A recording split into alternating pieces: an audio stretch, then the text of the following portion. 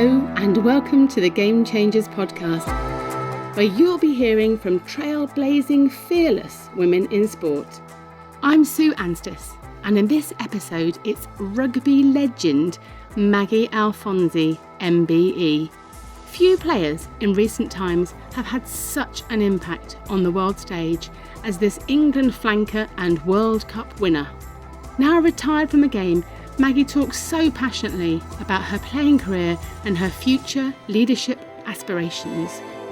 Rugby is now one of the fastest growing sports for women in the UK, but that wasn't the case when Maggie started playing. I began by asking her if she could remember the first time she'd picked up a rugby ball. Yes, I can remember. So I picked up the rugby ball officially when I was around 13, 14 years old, down at my local rugby club, Saracens. But I guess the reason why it all came about was because my behaviour at school was really bad. My PE teacher at the time, a lady called Lisa Burgess, who was the captain of the Welsh women's rugby side, suggested I go to my local rugby club because my behaviour was so bad and pick up this sport because it might turn me around, change me to a better person. And I listened to her. I went to my local club. So when I picked up that rugby ball for the first time, I was quite baffled by it because I came from North London. Rugby at the time wasn't very popular. Football was pretty much the dominant sport. So this ball, full stop, was quite novel to me. In its shape. It was just the way it looked and how it moved. I mean, and why would anyone want to pass it backwards? And at school, we didn't play rugby. You know, rugby was for the boys, but the boys still didn't really like rugby because, again, football was the main sport. So rugby I was really unaware of. So to go to my local rugby club, pick up the ball, make a pass, make a tackle, I fell in love with it. You know, it was a sport that really did fit my characteristics, i.e., you know, I was big, I was strong, and I sort of had probably an aggressive behaviour back then, and it really worked. It suited you, yeah. Yeah, and also it helped control my attitude and my behaviour because I was surrounded by other people who were equally wanting to be quite physical and be quite strong, but also very respectful. So yeah, I found a sport that I guess suited my nature. It's interesting. I obviously remember Lisa Burgess, myself, Bird from Loughborough, many, many years ago. But fantastic to hear that a teacher made such a difference to you, you know, at that key point in your life there as well. Yeah, she was significant. I mean, I talk about her mainly because she was the one who sort of directed me to the rugby, and there was another individual called Miss Walker at the time, and she pretty much managed to maintain my leadership behaviour because she gave me that direction on how to be responsible for my actions and I guess knowing where I want to go in my career. So both those two teachers had a significant impact in my life, but I guess Lisa Burgess Bird directed me down that rugby path. And what was the setup like at Saracens at the time? Yeah, so very thankfully at Saracens they had a girls section, which not a lot of rugby clubs did. Not a lot of rugby clubs had women's sections. So to go to Saracens and know that they had a first team and a second team women's team, and they had it wasn't an under 16s or an under 18s team. It was basically just a girls setup. And our coach at the time, Katie Ball, who a fantastic individual who also did a bit of rowing and went to the Olympics. I can't remember what year it was, but you do. Yeah, in her spare time. She was basically our coach at the time, and it was great. We had about 12 girls playing. We weren't all experts at the sport, but we were just gradually learning through Katie Ball. And I think going down to the club, seeing these girls who are quite similar to me and from real diverse backgrounds really appealed to me, and they made me feel incredibly welcomed. And also I saw women, you know, I saw the girls. We trained on a earlier time to the women, so when we finished training I'd see the women after and I'd be like, wow, that's my, you know, I'm hoping that I'll one day be like that. And I would see Bird every now and again come to training, so it was nice to be part of a club where I could be around peers who are similar to me, but then also see the individuals that I hope to aspire to be like. Yeah, I'm going to ask you about role models. So, you know, we talk a lot about kind of role models, and I know my daughter still talks about meeting you at the Women's Sport Trust Awards those years ago. So you've obviously inspired many girls. But in terms of your role models, did you have role models at that time? So I guess growing up, I probably would say the role model that I sort of looked at was Denise Lewis. Yeah, fantastic. You know, back in 2000 when she won the gold medal at the Sydney Games, it was great to see someone, I guess, who again looked and came from a similar background to me. I know she's I think it's Wolverhampton or Birmingham based. That's where she sort of originated from, and I mean, myself as well, like I came from North London in Edmonton, and quite a challenging background. But to see someone of her, I guess, level go that far from where she came from, and then be a profile for many other women, I guess women of colour in particular, I looked up to her significantly, and I still do. Does she know that? Have you told her? She might know now. She hears this. I haven't actually. I haven't told her. What's funny is like every now and again I get mistaken for her, so it's quite a nice thing to know that someone out there thinks that I look like her. But I haven't told her. I just think it's nice to know that there's someone out there who is still paving the way. You know, she paved the way for a lot of female athletes. You know, we talk about the likes of Jessica Ennis-Hill being brilliant at what she does, Catherine Granger as well. But I genuinely believe Denise Lewis was sort of the starting female role model for us, because she, I think at the time, was the only female Brit to win a gold medal in 2000 in athletics. So I just think she's someone who sort of set the mould for many female athletes, and now many of us look up to her. Yeah, it's fantastic. And you then be the role models in the future too. And how does that feel, I guess, to you, knowing that you are a kind of role model and inspiring women and girls? Probably similar to Denise Lewis. You don't think that you are doing it. You know, you don't set out to be a role model. If anything, you just set out to be the best that you can be, the best version of you, and hope that others will follow in your footpath. And that's what I do, I guess. I go out, I played my rugby, and I played it to the best of my capability, and not let anyone stop me, regardless of what their perceptions may be. So being a female, I wasn't going to let that stop me. Being from an ethnic minority, I wasn't going to let that stop me. Or come from a low social economic background, I wasn't going to let that stop me. And I think what's great is that I've been successful on that main stage, and now people from that sort of background who maybe have similar, I guess, starting points to me, are now thinking, do you know what, I can totally do that. And if anything, I can exceed what she's achieved. And that for me is brilliant. And now when I do media stuff, I keep thinking the same thing. I apply that same principle as I was as an athlete, is I'm not going to let anyone stop me, regardless of perceptions that people have of me. And hopefully through you just doing what you do, it leads others to follow you. And it sounds like you were super committed in terms of playing and training as your career then developed. So at what point do you think you recognised you had real potential to go on and play on a larger stage, as it were? Yeah, it's funny, even I look back now and I think it was that imposter syndrome. Like, I never thought at any stage I was going to be successful and make it to play for England. You know, I just played my sport. I absolutely loved it. I enjoyed the fact that I was good at tackling, and that I was able to work with other team members and help them look good as well. So I loved that feeling. So I never really understood or accepted that I would make it to be very successful. But when I finally got there, I started to really believe it. You know, it's that fake it till you make it sort of feeling where, right, okay, I might get there. Okay, I finally got there. Now I've got to believe that I am an incredibly good athlete. And I guess not until I retired did I really stop and look back and think, I was right. I wasn't too bad. And what was it? I guess getting that first England cap. At what point do you think you thought, not I've made it, but you know, you could take a moment to recognise? So my first England cap was way back in 2003, and I was out in Canada, and I scored my first try for England against USA. Yeah, God, it feels so long ago. Against USA, and that year was an incredible year because the men had won the Men's Rugby World Cup. So to get my first cap, it felt like that year was an amazing year. Yeah, not because of the Men's World Cup, but because of me, obviously.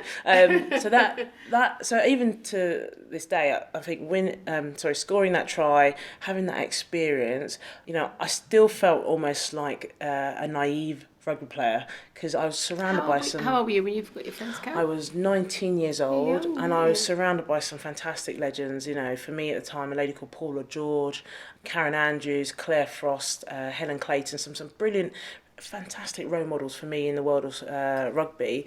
I got to play alongside them, so I didn't feel like I had to worry, but I did feel like I was the young one in the group. But it was an amazing experience, and one I really do treasure. Jumping forward then to that extraordinary World Cup win in 2014, obviously there had been 3 World Cups before that where you lost in the semi-finals, which must have been hugely painful for the team. How many of those had you played in the previous? Yeah, so thanks Sue for reminding me that.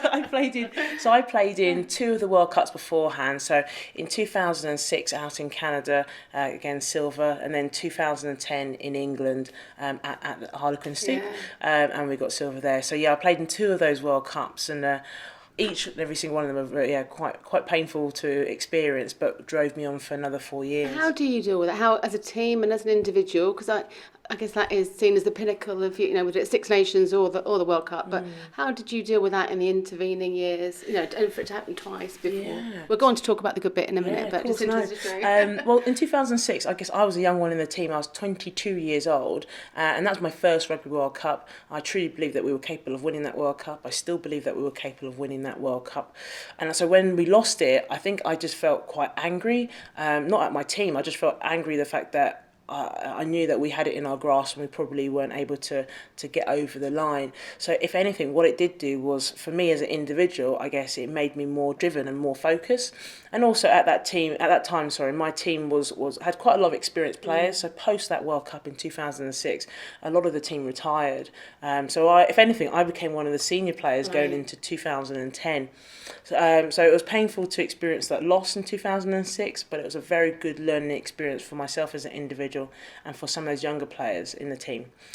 2010, I think, was probably the most painful of all the experiences, because I guess it was another 4 years. There was a lot of build up around women's rugby. Yeah, you were at home. At home, and we had a good crowd. So back then, actually, that was probably that was a record crowd for women's rugby in England. I think we had just under 14,000 people come to watch that game.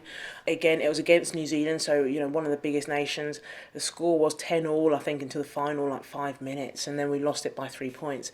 So I look at that game as, oh God, we had it in our grasp and we let it go. And so after that final, it wasn't necessarily anger, it was almost now revenge. So I think, and what was great, that team, we pretty much stayed together. So only a couple or 3 players retired, but that team was able to go on a journey for another 4 years, which is what I think allowed us to win it in 2014. Okay, that was my next question. But I guess what do you think was different in 2014 that made that happen? It was the unity and the... Yeah, it was the emotional connection. I've forgotten the person's name, but they talk a lot about the why, and I think over the Stephen Sinnett, is that? I just gave the book to someone this afternoon, actually. I've got a stash in my office that I give out. Because it is a fantastic theory around understanding the why.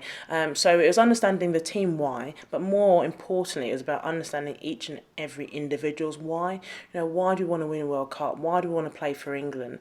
And I think I, as an individual, learnt more about the people in my team. I had this emotional connection that was all about wanting to win a World Cup for them, and not really about winning it for yourself as an individual. And was there a psychologist or someone that worked with you on that in the intervening time? Yeah, there was a psychologist who came on board, and she sort of, I think we had it already, we just needed someone just to bring it out. And so she was quite significant going into the last few, I'd say probably the last week of the tournament, because we started to bring that to the forefront. I just think, not until you know your actual reasons why you're there and everyone else's reasons why they're there, do you start to go, okay, that's why I want to win the World Cup. It's not about your own profile. It's not about making lots of money. It's not about that. Well, suddenly you've got 15 different reasons. It's yours and other reasons. It's about the people you actually are considering to be your family, and that you're instilling your future in.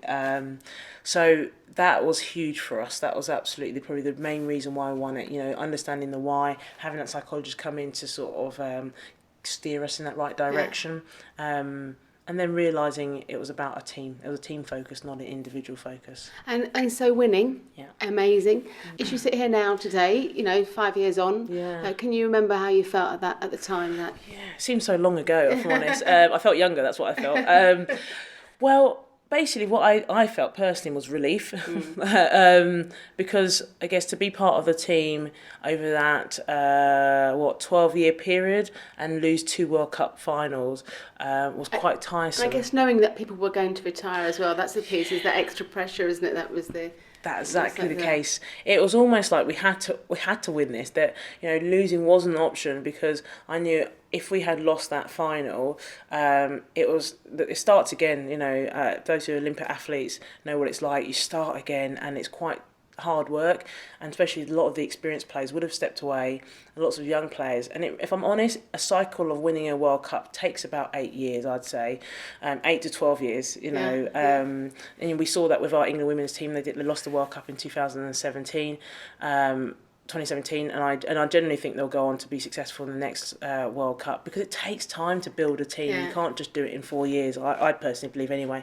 So I think winning that World Cup in 2014 was the right time, and our team was very close. But it was relief rather than just celebration. It was like, actually, God, we've finally done it, and that's so good. And even after the final, and the last thing I was thinking about was getting incredibly drunk. It was actually all about, there's some good key people in my life who are out there, out in France with us, and I just wanted to say thank you to them, and thank you to my teammates, and then get to bed. that's basically because the job has done. All, haven't you? Given your all. And do you think if you hadn't won, would you have continued on to play for another cycle? Do you think? I would like to have. I think there's two things that probably would have influenced my decision. So prior to that final, anyway, I didn't announce that I was going to retire, but I remember collecting my shirt and I was crying anyway prior to that final, and I knew that I was going to step down, because once I finished the World Cup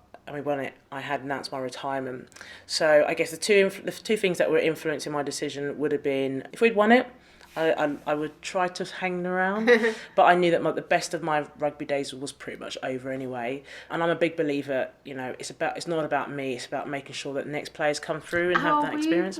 So I was 30 years old, right. And and it wasn't about me. There's some other younger players coming through. I look at Miley Packer in particular, players like that who actually it's about letting them have their moment. That's a very generous. I hadn't really thought about that time, but I guess people that go on and play, but actually it's allowing the space for others to come and have their time in the sunshine. And because prior to me, a lady called Helen Clayton, we call Rob, she was the dominant number 7 before I got that shirt. And then I remember when I retired, she said to me, it's the changing of the guards. It's now for me to step away and for you to have your moment. And I really remember that very clearly. Okay. So that's why when I stepped away, Miley Packer was always going to be successful anyway. There's many other number 7s and back rows who are doing well. But really, I've had my moment. It's on your terms as well, isn't it? You're not going out through injury or being deselected or anything like that time. You're in control. You said there were two things. So that basically it would have been it's changing the guards, so wanting to let others have the opportunity, but also knowing what elite coaches are like. They're thinking about the next cycle, and actually, would I be a good player in 4 years' time? I doubt it. So I think the coaches at the time would have also enforced that decision on me. And I guess the third thing would have been is I had quite a bad knee problem anyway, and I remember talking to the surgeon who worked on my knee, and I remember him saying to me, "You've got one more good year left in that knee," and that took me up to the World Cup. So once the World Cup was over, I played for another year at club rugby, but I struggled because my knee wasn't at its very best, really. So I was really fortunate. The timing of the World Cup come at the right time, in the sense that I could step away. I wasn't getting any younger, but my knee had enough in it to be the best that it could be. Yeah, and I guess in terms of other sports in your history, and I know that you dabbled a bit in terms of some athletics and shot put, and had you played other sports? Had you, obviously, clearly athletics, but other team sports or anything else? So football was a big thing for me. So I guess growing up in North London, not too far from Tottenham, and Arsenal actually, you had to basically be interested in the round ball. So I absolutely loved football. I played it at playtime at school with the boys, and not all of the girls would play. And I played for our school team, and I took up a little bit of it at my local club, which was I think Enfield FC. So why rugby and not football? Do you think? I guess if I'm probably deep down inside me, I saw football as being a sport that everyone played it, and I wanted something completely different. I think many rugby players feel that is, I guess as it gets more popular, that almost becomes more of a challenge. But I know my daughter likes the fact that other people at school don't play it. Yeah, that's exactly. I saw it as a unique, novel thing which people were intrigued by. Yeah. Where if I said I played football, I think people just were like, oh yeah, I play it as well, or they'll have perceptions of me playing football, or they'll impose their opinions on me, which I really wasn't interested in. Where rugby was so different, they're like, wow, you play. Comment. They're like, what's that like? Oh, you must be hard when you play. You're a tough person to play that sport. Proud of those bruises on the Monday back at school. So I loved it, and that's what sort of drove me on it. And even still to this day, the rugby game is getting popular within women and girls, which is great. And I think it's unfortunately not there where football is in terms of popularity and profile, but it's a sport that still is, I think, unique. It's different. It brings interesting values, and I think it instills confidence, I think, in people's body images and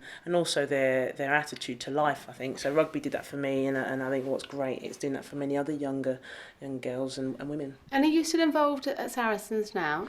I was on their Saracens Women's board. I've now stepped away from it, but I'm now an avid, passionate supporter. Saracens for life. Yeah. And that's the thing, I think I probably wanted to step away from it to just love it for what it's worth. And I'm so proud and pleased of what the women's team has become now. Season. I know, I was going to ask you about that actually. So I guess how does it feel, I guess, watching them from the sidelines now and not being out there? Oh look, I'm gutted I'm not part of that programme, that squad, because of what they're achieving.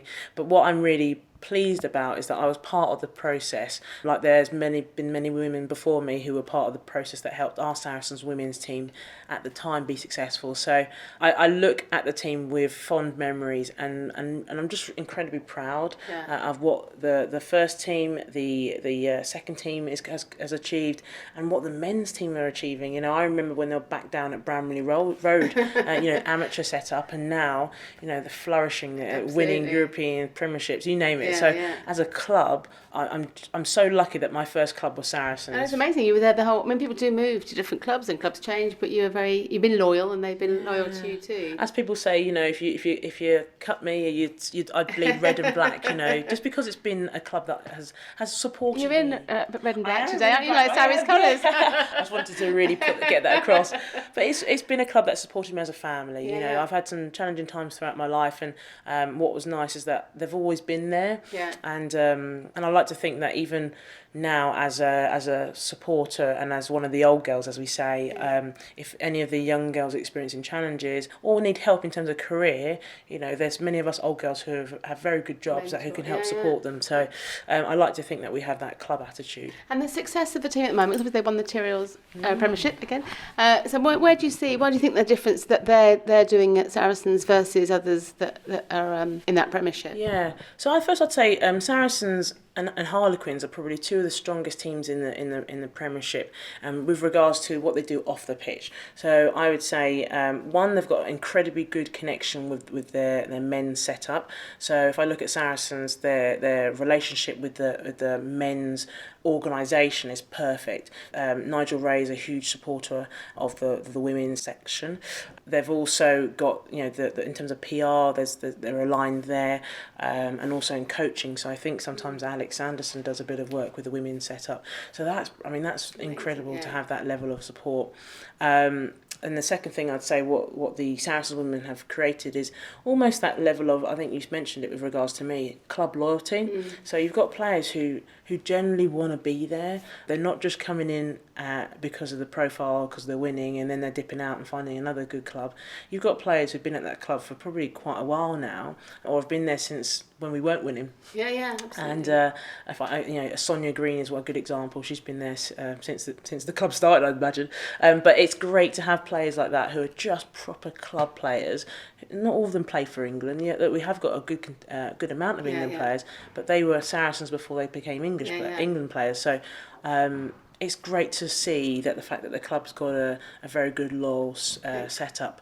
And then I think the other thing I'd probably say is just we've got a professional setup in the sense that we've got our director of women's rugby, Laura Eddy, who's amazing at what she does, and then we've got a really good coaching foundation. Previously we had Robert Kane, who was our head coach. Now Alex Osprey's become the head coach, but he's supported by I think 3 or 4 other really good coaches. So it's that professional setup, even though it's still effectively amateur. They've got this. It looks like a professional program, which is what I think appeals to a lot of people. You're now a spectator and watching from the sides. How, in terms of just going back to that transition of your no longer being an international rugby player as a persona, how was that for you in terms of that transition in 2014 to life?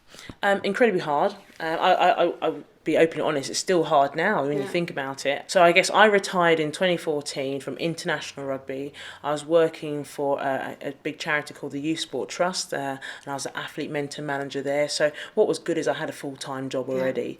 But what was tough was realising that the identity of being an athlete was sort of removed from me, and I became 100% a working person. And I guess I didn't really appreciate the challenges that would create. Had you been alerted to that before that happened, do you think? Or yeah, I knew of it really. Right. You know, every athlete knows about it, and just don't think about it in the future. True, and it's probably the biggest mistake. You know, always prepare yourself for that life after.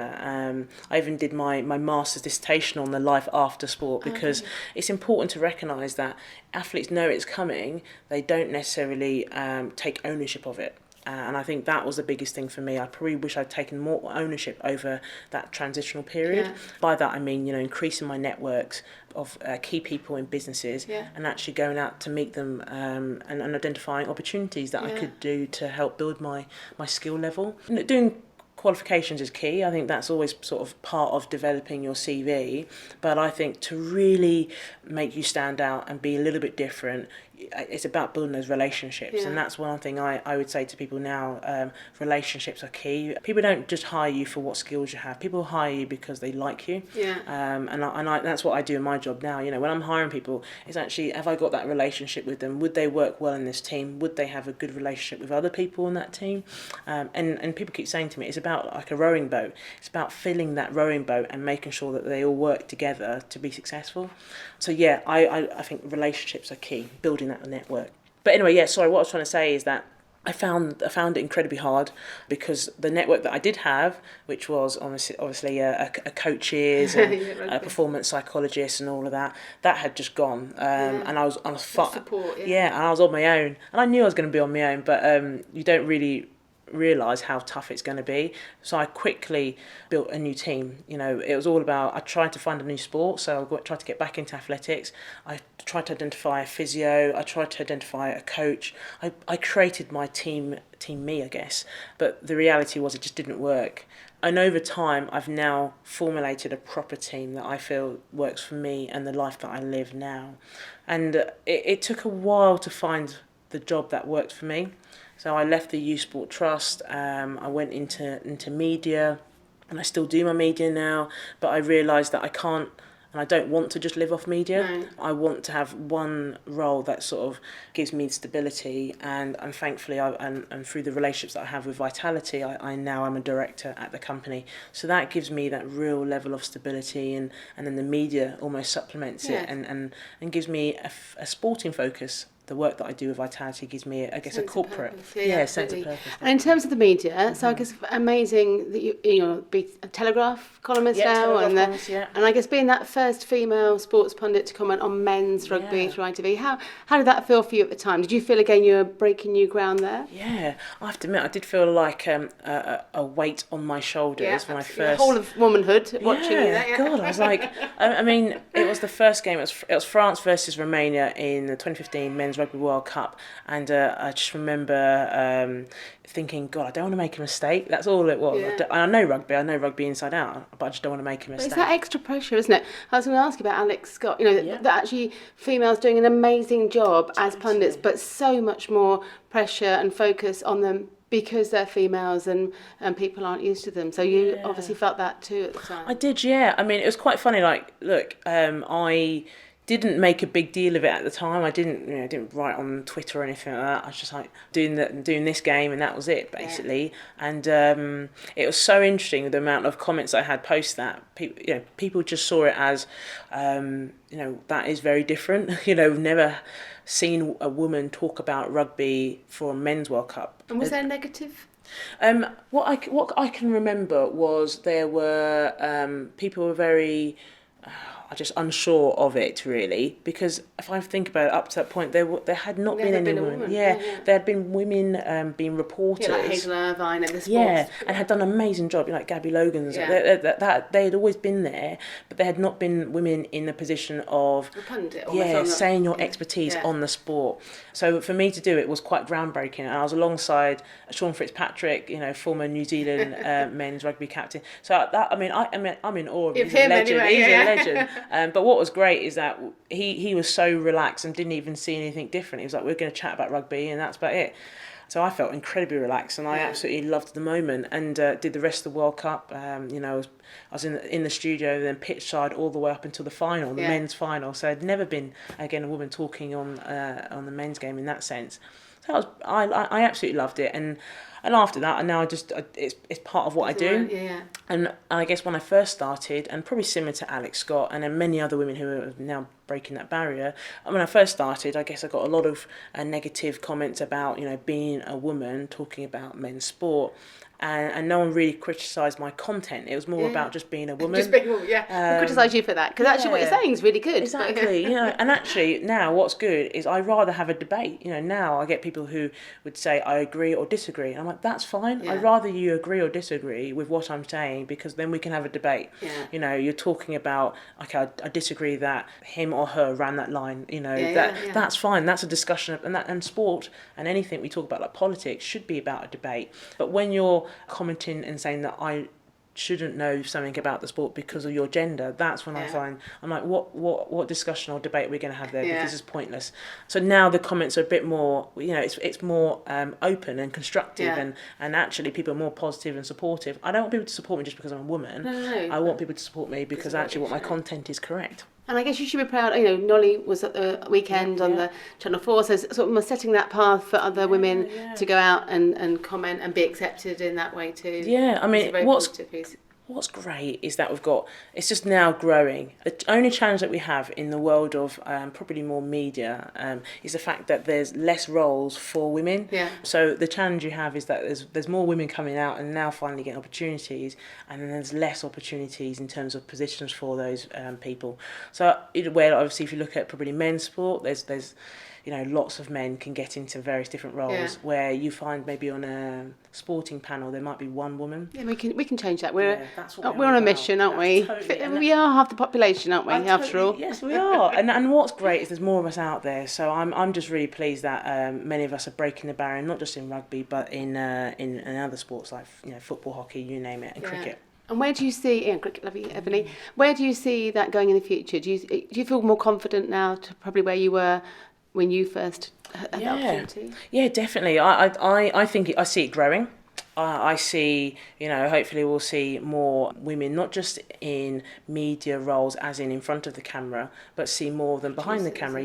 Producers, directors, camera women. People don't recognise that there's not a lot of women out there, holding the cameras as well. And every time I see a couple, I'm like, yes, you keep going.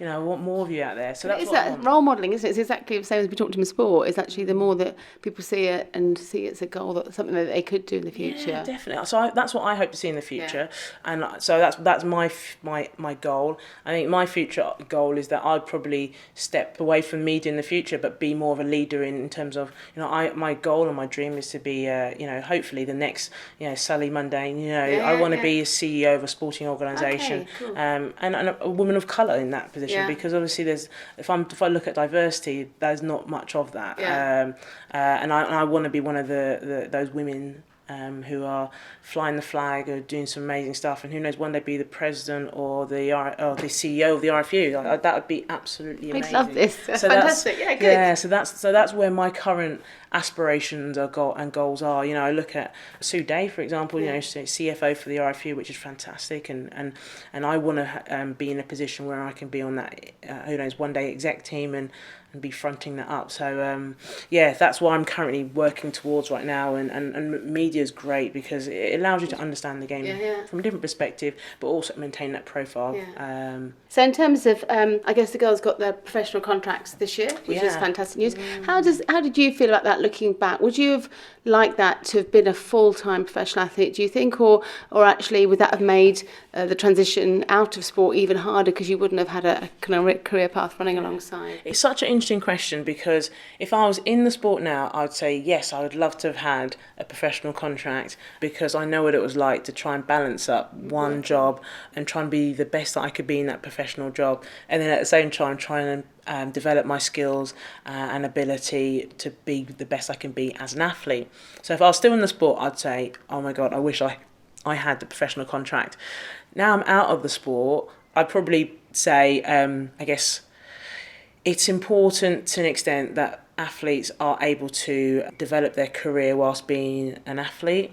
And I guess the challenge you have with having a professional contract is athletes unfortunately are unable to do that or maybe lose sight of that. So I guess I've always fought for professional contracts for the female athletes because it's the right thing to do. You know, if the men have got it, the women should have it. I will never stop fighting for that. And what's great is that the women have got that. Well, the England women have got it. We still need across the world other women to get it. I guess what I want though is to make sure that as part of their contracts and as part of their development, they are improving and building their career, because if we look at the men's setup, a lot of them are getting professional contracts younger and younger, and the women at the moment they're getting it slightly a little bit later in their career. But what's going to happen is as they get, as women's rugby gets more professional, you'll start to see more women get contracts at a younger age, and their career or their education might not have developed at that time. So I think it's really important that we are supporting our athletes who become professional to develop their career, to develop their skills and their abilities. So when they do transition out, because when they come out, there's going to be, all of those women who've had professional careers are going to have the same level of expertise, and opportunities become less and less and less. That's a fantastic point. That is so important, isn't it, for the future of the It is. We need to, and it's also a duty of care. We need to be protecting our athletes, that when they do transition over, that we are giving them skills that they can fit into the reality of civilian life, because civilian life looks at athletes different to someone who's been in that position. Let's say a HR director, they've been in that position for 10-15 years. An athlete cannot just walk into that role unless they've got their expertise. So we need to be able to help support them to get those skills. And looking at girls coming through, playing rugby now and aspiring, what advice would you give to somebody that's kind of almost where you were? You met Lisa Burgess, or a bit further on. What would be the kind of couple of key points you might say to someone on their career path now, getting started? I would say, one, be curious.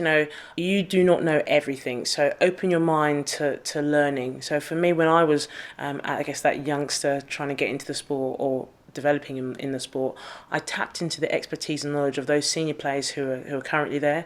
I tapped into the knowledge of the coaches.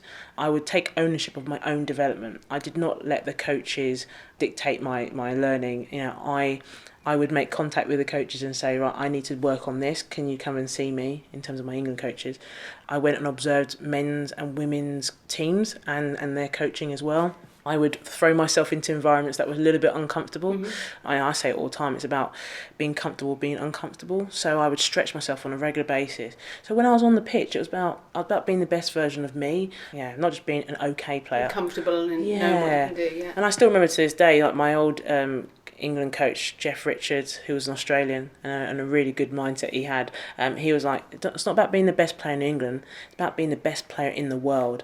And that's how I guess I approach my life today. It's not about being a good leader in this country or a good leader in the company that you're in. It's about being the best leader. Like, how are you going to be the best leader? And for what I would say to a young person getting into sport is be curious, learn from everyone, stretch yourself and challenge yourself on a regular basis. I would also say, set your goals. I think that's very key. I think I live by that now. I always have goals and what I'm working towards, and I call them small wins. Make sure you have those little goals where you're like, oh, awesome, I achieved that this week, and you just feel good about yourself. So have your medium, your long-term goals, and have your small wins, where you can really feel great about yourself. I would also say two other things. I'd say embrace failure. That's massive. It's okay to fail. You learn from, that's your best learning tool.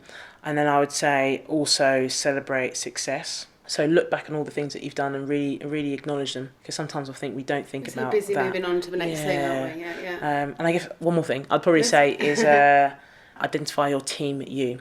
So surround yourself with people who are going to help you be successful. I love that you said that earlier. I had never thought of that as a concept almost, but I think everyone's got to have it, not just as an athlete or a young person. Yeah. Team you, people who basically want to invest in making you better. So that could be your parents, that could be a teacher, a member of staff. Anyone who's basically willing to help you be successful. Yeah, excellent. The podcast is called The Game Changers, so extraordinary trailblazing women in sport. What do you feel your legacy will be looking for? You've mentioned this a little bit. Is it about your playing career, or do you feel, I know the answer to this now, there's lots more to come in the future when you look back in the future? Yeah, I'm hoping it's going to be the next chapter, really. Excellent. I think what's quite interesting now, people don't see me as a rugby player, they see me as an influential leader, which is what I want to be. I played rugby, I was really good at it, I tackled really hard. I think that's what people generally think of me when they think of my sport, and I know that's awesome. But now I need to start paving the way for another impact on the world, and I like to think that is being that leader who's creating change to an extent, but also having an impact on other people's lives. Like, I want to make sure that I can hopefully help others and them be successful, them exceed what I've achieved. And I'm not just saying for women and girls, I mean boys and men. One of the young people who still stays strong to me in my life is a guy called Wayne Instrell, and I had an impact on him when I was a mentor working for the Youth Sport Trust, and now he goes out and delivers talks about the change in his life, and he's impacting many others. It's like that ripple effect. If you've impacted one, and then that's exactly, and that's what I want life to be. I want people to exceed me. I want people to achieve more than what I've achieved because they were inspired by what I did. So rugby was a great part of my life. It's a chapter that I sort of have to close, because otherwise you keep looking back, And now I'm thinking about my next path, and I'm currently studying. I'm doing an MBA in it's basically called an MBA for CEOs in sporting organisations. Fantastic. So it's around leadership. Where is that? It's at the University of Salford. Yeah, fantastic. So I'm hoping to complete that, and that's building my skills and my repertoire of tools, I guess, to be able to fit into a position, hopefully, in the future. What a truly inspiring human being Maggie is. So passionate about her sport, generous with her advice and time, and astute about the impact she could make in the future. There's no question that she will be a hugely influential leader. I'd love to hear what you think about the Game Changers podcast, so please do leave a review or give us a rating. It makes a huge difference and will help us to spread the stories of these amazing women in sport. To make sure you don't miss out on future episodes, please subscribe to The Game Changers, and you can find out more about all of my guests at promotepr.com/gamechangers. In the next episode, you'll hear from the hockey superstar Kate Richardson-Walsh OBE. With a record 375 caps for her country, Kate was England and GB captain for 13 years, culminating in that incredible hockey Olympic gold in Rio in 2016. It's a fascinating conversation where Kate talks very candidly about the highs and lows in her incredible career and her future plans. It was being dropped, I think, gave me a bit of a wake-up call to say, actually, I'm so upset about this, I'm so embarrassed and angry, and then actually, why am I feeling so emotional about it? Well, I actually care.